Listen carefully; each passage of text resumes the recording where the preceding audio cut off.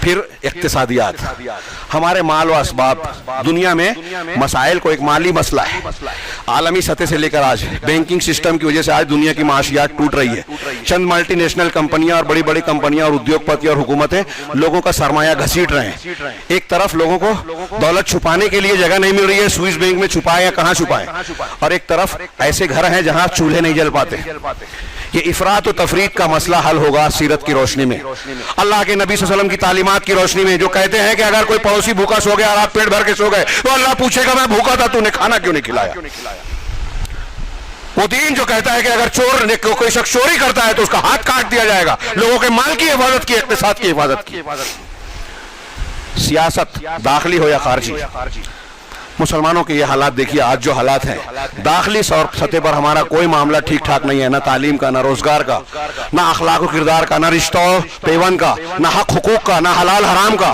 مسلمان ہے سود کھا رہا ہے, مسلمان ہے غیبت چغلیاں کر رہا ہے, مسلمان ہے ایک دوسرے کا حقوق ہڑپ کر رہے ہیں. بھائی طاقتور ہے تو بہن کا حصہ مار لے رہا ہے, چھوٹے بھائی کا حصہ ہڑپ کر لے رہا ہے. جب آپ اپنے سے چھوٹوں پر ظلم کریں گے تو اللہ کے رسول نے فرمایا کہ اللہ تعالیٰ بھی آپ کے اوپر ایسے ظالموں کو, حکمرانوں کو مسلط کرے گا جو آپ پر رحم نہیں کریں گے.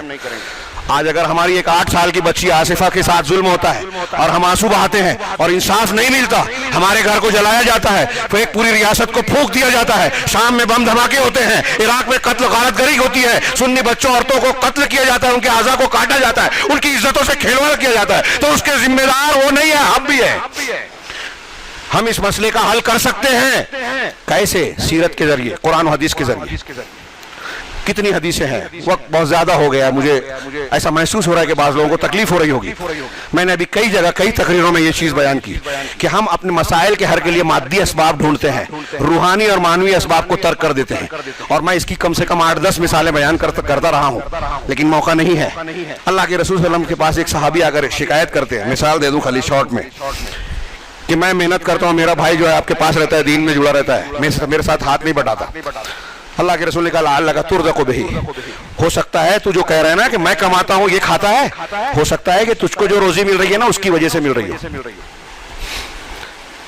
ایسی بخاری کی حدیث میں ہے, ایک صحابی نے آ کے شکایت کی, تو آپ نے کہا کہ تم کو جو روزی ملتی ہے اور جنگ میں تمہاری جو مدد کی جاتی ہے وہ تمہارے کمزور لوگوں کے اور چھوٹی عمر کے لوگوں کی وجہ سے. شیخ عبد الرحمن بن ناصر السعدی نے اس کی تشریح کی, بڑی پیاری تشریح کی. کہا ایک آدمی, ہمارا اصل مسئلہ ہے کہ ہم مادی چیزوں کے, ایک آدمی دکان چلا رہا ہے, ملازمت کر رہا ہے, محنت کر رہا ہے, تو ہماری نظر یہ تھی کہ وہی کمانے والا ہے, محنت کر رہا ہے, روزی تو اسی سے کماتے ہیں, یہ مادی سبب پر نظر ہے. اور جو محنت مشقت کر رہا ہے, جب محنت کر رہا ہے تو وہ دعا کم کرتا ہے, لیکن گھر کی اس کی بیوی, اس کی بیٹی, اس کا چھوٹا بیٹا, اس کا چھوٹا بھائی جو کمانے میں اس کا ہاتھ نہیں بٹا رہے, کوئی لنگڑا ہے, کوئی اندھا ہے, کوئی بہرا ہے, گھر میں اگر کوئی اپاہج ہے, وہ سوچتا ہے کہ میں بیٹھ کر کھا رہا ہوں اور اللہ نے میری روزی میرے بھائی اور میرے ابا کے ہاتھ پر دی ہے, وہ محنت کر رہے ہیں, میں نہیں کر پاتا, ہاتھ نہیں بٹا پاتا. تو ان کا اس کا احساس ہوتا ہے عورتوں بچوں کو, چھوٹی عمر کے لوگوں کو, لہٰذا وہ نماز پڑھتے ہیں, نیکیاں کرتے ہیں, تو اللہ کے جناب میں ہاتھ اٹھا کر دعا کرتے ہیں کہ پروردگار تو نے میرے بھائی اور میرے والد کے ہاتھ پر ہماری روزی دی ہے, ہم اس کا ہاتھ نہیں بٹا پاتے, تو ان کی مدد کر, ان کی ان دعاؤں کی وجہ سے اس کو روزی ملتی ہے, برکت ملتی ہے. وہ سمجھتا ہے میں محنت کر رہا ہوں. 3 غار والے غار میں چھپے, تینوں نے اپنے اپنے عمل کا وسیلہ لگایا. میں زنا کرنا چاہتا تھا, اس عورت نے مجھ کو کہا اللہ سے ڈرو, میں ہٹ گیا. میں نے والدین کے ساتھ اس نے سلوک کیا, بچوں کے بڑھ کر والدین کو اہمیت دی تیرے لیے. میں نے جو ہے مزدور کو مزدوری دی تیرے لیے. واقعہ آپ جانتے ہیں, ٹائم نہیں ہے. تینوں نے دعا کی, تینوں کی دعا میں آپ نے واقعہ بارہا سنا ہوگا, تھوڑا تھوڑا پتھر کھسک گیا, کھسکتا رہا. اس کا مطلب یہ ہوا کہ اگر ایک آدمی یہ کہہ رہا ہے کہ اللہ میں نے زنا نہیں کیا, مجھ کو بچا لے, تو اللہ نے بچا لیا.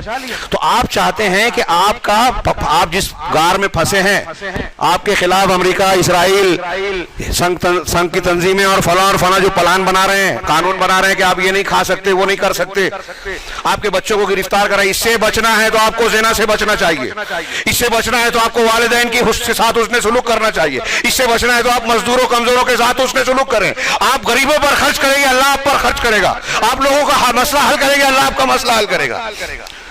یہ جو میں کہہ رہا ہوں علماء نے بیان کیا. غزوہ احد کو دیکھیے کتنی کم تعداد تھی, کتنی بیچارگی کا ماحول تھا. اللہ کے رسول صلی اللہ علیہ وسلم پیچھے سے جو خالد بن ولید کے دستے نے حملہ کیا, رسول اللہ صلی اللہ علیہ وسلم کے 70 صحابہ شہید ہو گئے, آپ کے دندان مبارک شہید ہوئے, آپ کی گال میں جو ہے خود کی کڑیاں جو ہے دھس گئی, خون آلود ہو گیا چہرہ, گھٹنا ٹوٹ گیا گڑھے میں گرنے کی وجہ سے. اللہ تعالیٰ نے اس کی وجہ کیا بتائی, سورہ آل عمران اٹھا کے دیکھیے, حتی اذا فشلتم وتنازعتم فی الارض, ہاں ہاں, یہاں تک کہ تم جب کمزور پڑ گئے اور آپس میں اختلاف کر لیا, آپس میں اختلاف, اور جو اللہ نے تم کو دنیا کا سامان دکھایا اس کے پیچھے بھاگے اور اللہ کے رسول کی نافرمانی کی.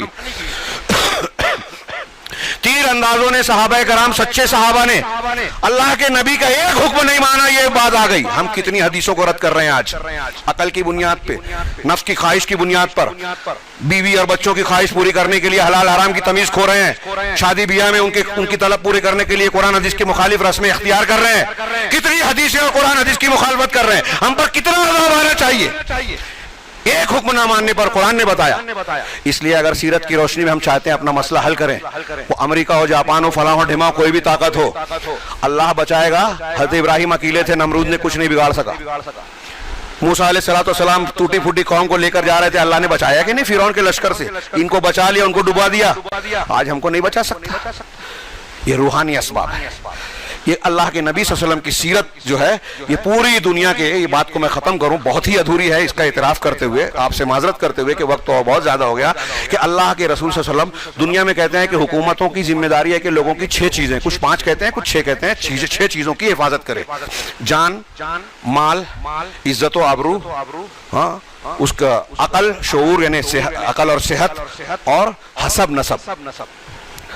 دین, پہلی چیز دین ہے. ان 6 چیزوں کی ضمانت حکومت لیتی ہے, قانون اس کے لیے بنائے جاتے ہیں, پولیس اسی کے لیے ہوتی ہے, ایجنسیاں انتظامیہ اسی کے لیے ہوتی ہے. لیکن دنیا کے کسی بھی قانون اور مذہب کے سائے میں آج لوگوں کی یہ 6 چیزیں محفوظ نہیں ہیں. جو جتنی متمدن دنیا ہے, آپ سروے رپورٹ پڑھیے, امریکہ میں ہر سیکنڈ پہ, ہر 5 سیکنڈ پہ ایک زنا ہو رہا ہے, ہر 1 منٹ پہ ایک ڈکیتی ہوتی ہے, ہر اتنے منٹ پر ایک قتل ہوتا ہے, ہر فلاں پہ یہ ہوتا ہے, چوریاں ہوتی ہیں. وہاں اشتہار ہوتے ہیں, سپاری کے قتل کی سپاری کے اشتہار چھپتے ہیں. نبی کریم صلی اللہ علیہ وسلم کی زندگی میں پوری حیات طیبہ میں دیکھیے, زنا کے 2-3 واقعات ہوئے, چوری کے کتنے واقعات ہوئے, شاذ و نادر کتنی جنگیں ہوئی, 1000 مرنے والے 1000 نہیں تھے. یہاں ایک فساد ہوتا ہے گجرات میں تو کئی ہزار مر جاتے ہیں, اور انصاف نہیں ملتا مظلوموں کو. نبی کریم صلی اللہ علیہ وسلم کی تعلیمات یہ تعلیم دیتی ہے کہ اگر دشمن بھی ہے تو انصاف کرو, سچی بات بولو. قرآن کہتا ہے, لزمی لوکا ایک مستشرق ہے, وہ کہتا ہے کہ میں نے اس شریعت سے زیادہ بہتر شریعت کوئی نہیں پائی, قانون اچھا نہیں پایا, جو یہ کہتی ہے کہ وَلَا يَجْرِمَنَّكُمْ شَنَآنُ قَوْمٍ عَلَىٰ أَلَّا تَعْدِلُوا, کہ کسی قوم کی دشمنی تمہیں اس بات پر نہ ابھارے کہ تم انصاف نہ کرو. اعدلوا, انصاف کرو. وَأَقْرَبُ لِلتَّقْوَىٰ, یہ تقوی سے زیادہ قریب ہے. دشمن بھی ہو تو انصاف کرو. یہ تعلیم دنیا کے کسی مذہب میں, کسی قانون میں نہیں ملے گی. آج ہم دیکھ رہے ہیں ہندوستان میں کہ پیلے کپڑے والے اگر بم دھماکہ کرتے ہیں تو ثبوت نہیں ملتا, ثابت نہیں ہوتا, چھوٹ جاتے ہیں. داڑھی والا اگر ہے تو ثبوت نہیں بھی ہے تو کورٹ کا جج یہ کہہ رہا ہے کہ ثبوت اگرچہ نہیں ہے, قوم کے جذبات کو دیکھتے ہوئے اسے پھانسی چڑھا دینا چاہیے. پوری دنیا میں اس کی نندا اور آلوچنا ہوئی. یہ میں نہیں کہہ رہا ہوں, آن ریکارڈ ہے یہ چیزیں. یہ انصاف ہے. جہاں ایک ظالم اگر صدر جمہوریہ نے اس کی سفارش کر دی تو انصاف اور قانون وہاں جا کے دم توڑ دیتا ہے. کمزور پر قانون کی دھار اس کی تلوار کاٹ دیتی ہے, کمزور کی گردن. اور طاقتور لیڈر ہے, پولیس والا ہے, فلاں ڈھما ہے, دوسرے مذہب کا ہے, تو نہیں چلتی. ایک 8 سال کی عورت لڑکی پر جو ہے بلاತ್ಕಾರ ہوتا ہے, قتل ہوتا ہے, اس کے خلاف جھنڈا استعمال ہو رہا ہے, اس کی تائید کی جا رہی ہے. کیوں؟ اس لیے کہ وہ ان کے مذہب کی نہیں ہے. یہ کیوں آ رہا ہے؟ یہ جان مال عزت و آبرو محفوظ نہیں ہے. اگر جان مال عزت و آبرو کے تحفظ کی مثال دیکھنی ہے تو اللہ کے نبی صلی اللہ علیہ وسلم نے قائم کی تھی, اور آج سعودی عرب کی شکل میں دے دو. میں چاہتا تھا کہ نبی کریم صلی اللہ علیہ وسلم نے جو خطبہ حجۃ الوداع دیا, آخری حج کا جو بہت آج human rights charter of human rights جو اقوام متحدہ کا ہے نا, اس کے مقابلے میں 1400 سال پہلے جناب محمد رسول اللہ صلی اللہ علیہ وسلم کا بیان کیا ہوا جو حجۃ الوداع کا خطبہ ہے, وہ کہیں زیادہ معنی خیز تھا, اور عملی زندگی میں اس کو اللہ کے نبی صلی اللہ علیہ وسلم اور صحابہ کرام نے نافذ کر کے دنیا کے سامنے دکھایا کہ یہ قانون اور اصول جو شریعت نے دیا, اللہ کے نبی صلی اللہ علیہ وسلم نے دیا, یہ انسانیت اور انسانوں کی حفاظت, ان کے حقوق کی ادائیگی کے لیے کافی ہے. کسی وقت میں آیا تو خالص اس پہ خطبہ حجۃ الوداع پر انشاءاللہ گفتگو کریں گے. آپ اس کی روشنی میں دیکھیے کہ عورتوں کو کس طرح کہا اور حق دیا، سود کا خاتمہ کیا، قصاص اور قتل و بدلے اور انتقام کے راستے کو بند کیا، راستوں کو بند کیا تاکہ قتل و غارت گری کا ماحول ختم ہو، جاہلیت کو ختم کیا، اور آخر میں ایک جامع اصول دیا، یہی بتایا کہ میں دو چیزیں چھوڑے جا رہا ہوں، جب تک ان کو مضبوط پکڑے رہو کبھی گمراہ نہیں ہوگے۔ میں نوجوانوں سے اور نئی نسل کے لوگوں سے کہہ رہا ہوں، روز نئے نئے فتنے سر اٹھاتے ہیں میرے بھائیوں۔ وہ چینل پہ آ رہا ہے، وہ بہت بڑا عالم ہے، وہ بہت عقل والا ہے، وہ بہت بڑی ڈگری والا ہے، ان سب چیزوں سے متاثر ہونے کی ضرورت نہیں ہے۔ ہمارے دین کی حفاظت کا ایک پہلو یہ بھی ہے کہ اپنے علماء اور رہبان کو رب نہ بنایا جائے، حلال و حرام کا حق کسی کو نہ دیا جائے، شریعت کا حق کسی کو نہ دیا جائے، صرف اللہ اور اس کے رسول ہماری شریعت کی بنیاد اور مصدر ہے، اس کو پکڑ لو گمراہی سے بچ جاؤ گے۔ ہمارے وہ بھائی جو کسی اور سے متاثر ہو گئے ہیں، فلاں مرزا صاحب سے، فلاں منکر حدیث سے، کوئی پرویز سے، کوئی فلاں سے، ان بھائیوں سے میں ہمدردی سے کہہ رہا ہوں، میرے بھائی آپ کی قبر میں میری قبر میں آپ آنے والے نہیں۔ سوچئے اگر تھوڑی دیر کے لیے میری بات اگر صحیح ہو کہ حدیث کا انکار کفر ہے اور آپ اس کو مان رہے ہیں، عقل کی بنیاد پر کسی حدیث صحیح حدیث کو آپ نے رد کر دیا، کس کی عقل کو مانا جائے گا؟ آپ کی، آپ کے استاذ کی، ان کے استاذ کی، فلاں کی۔ ایک یہ کہتا ہے، ایک یہ کہتا ہے، سب صحیح ہے۔ منکرین حدیث ایک رکعت نماز پہ اتفاق نہیں کر سکے آج تک۔ کہا گیا کہ ٹھیک ہے صرف قرآن کی روشنی میں آپ جو ہے ایک رکعت نماز تو پڑھ کے بتاؤ، آج تک اتفاق نہیں ہوا۔ پاکستان میں کئی سال تک چیلنج کیا لوگوں نے۔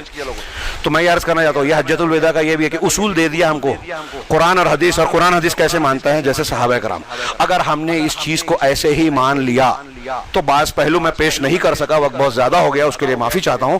یہ میرا دعویٰ ہے کہ آج موجودہ دور میں ہمارے جتنے مسائل ہیں، ہمارے گھر کے اندر سے لے کر میاں بیوی اور باپ بیٹے کے مسئلے سے لے کر بھائی بہن کے مسئلے سے لے کر شام اور فلسطین کے مسائل تک، امریکہ اور عالمی سطح کے مسائل تک، دعوت و تبلیغ کے معاملات تک، ہمارے سارے مسئلے آ جائیں گے۔ ہمارے مسئلے کے حل کے لیے ایک بہت ضروری چیز ہے کہ ہم دعوت کا کام کریں، دین کا کام کریں۔ اللہ کا یہ وعدہ ہے، اگر آپ دین کی مدد کرو گے، دین کے لیے کام کرو گے، اللہ آپ کی مدد کرے گا۔ اللہ تعالیٰ سے دعا ہے کہ وہ ہمیں دین کی صحیح سمجھ عطا فرمائے، قرآن اور اللہ کے نبی صلی اللہ علیہ وسلم کے مقام اور حیثیت کو سمجھ کر ان کے حق ادا کرنے والا بنائے، اور جب ہم ان کو حق کو ادا کریں تو اللہ تبارک تعالیٰ اس کی برکت سے ہمیں دنیا کے فتنوں سے، مخالفین کی یورش اور سازشوں سے، اور پھر مختلف قسم کے جو سر اٹھانے والے فتنے ہیں، پریشانیاں ہیں، اللہ تعالیٰ ان چیزوں سے، ان سب سے محفوظ رکھے، دنیا، برزخ اور آخرت کے عذاب سے محفوظ رکھے۔ اقول قولی ھذا واستغفر اللہ لی ولکم ولسائر المسلمین، وصلی اللہ علی نبینا محمد، بارک اللہ لنا ولکم فی القرآن المجید، ونفعنا وإیاکم بالآیات والذکر الحکیم، انہ تعالی جواد کریم ملک بر رؤوف رحیم۔